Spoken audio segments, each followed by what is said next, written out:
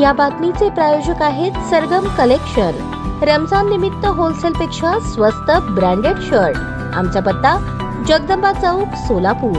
घरफोडीसह जबरी चोरी व दुचाकी चोरी करणाऱ्या संघटित टोळीतील तिघांवर पोलीस आयुक्त एम राजकुमार यांनी मोक्कांतर्गत कारवाई केली आहे। त्यांच्या विरुद्ध शहरातील वेगवेगळ्या पोलीस ठाण्यात अनेक गुन्हे दाखल असून गेल्या 10 वर्षात 8 जबरी चोरी केल्याचे तपासात आढळले आहे। बसण्णा सत्तू शिंदे वय 30 राहणार न्यू शिवाजीनगर, गोंधळे वस्ती, सोलापूर। अक्षय सीताराम कांबळे वय 24 राहणार भारतरत्न इंदिरा गांधी नगर, गेंटाल टॉकीज मागे, सोलापूर व सूरज उर्फ भैया गुंडप्पा सुरवसे वय 31 राहणार सर्वदे नगर, विडी कुरकुल, सोलापूर अशी मोक्कांतर्गत कारवाई झालेल्यांची नावे आहेत। कर्नाटकातील लचँड तालुका इंडी जिल्हा विजयपूर येथील अर्जुन मल्लप्पा मुजकोंड हे 25 नोव्हेंबर 2024 रोजी पिकअप मध्ये 40 पोती कांदा, 10 पोती उडीद घेऊन बाजार समितीत आले होते। मध्यरात्रीनंतर पहाटे 3च्या सुमारास त्यांच्या वाहनातून धान्याची पोती चोरणाऱ्या तिघा अनोळखी इसमांनी गळ्यात चाकू लावून धमकावून मोबाईल व 3600 ची रोकड लुटून नेली। तसेच त्यांनी कोणास सांगितल्यास परत इथे आल्यास जीवे मारण्याची धमकी दिली होती। हवालदार महेश शिंदे यांना मिळालेल्या माहितीनुसार पोलिसांनी 28 नोव्हेंबर 2024 रोजी बसण्णा व अक्षय यांना ताब्यात घेतले। त्यांच्याकडून 2 दुचाकी व 3 मोबाईल हस्तगत करण्यात आले। त्यापैकी एका मोबाईल चोरी प्रकरणी जेलरोड पोलिसात गुन्हा दाखल होता, तर दुचाकी चोरी प्रकरणी MIDC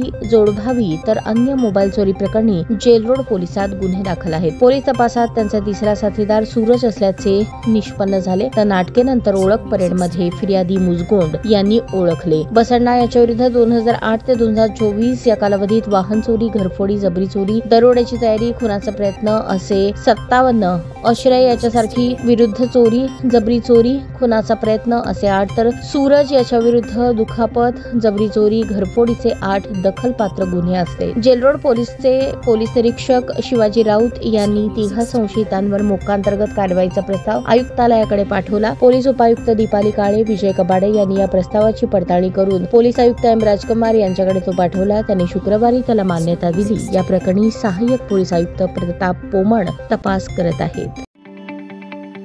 ताज्या बातम्या पाहण्यासाठी प्राईम महाराष्ट्र न्यूज चॅनलला सबस्क्राईब करा।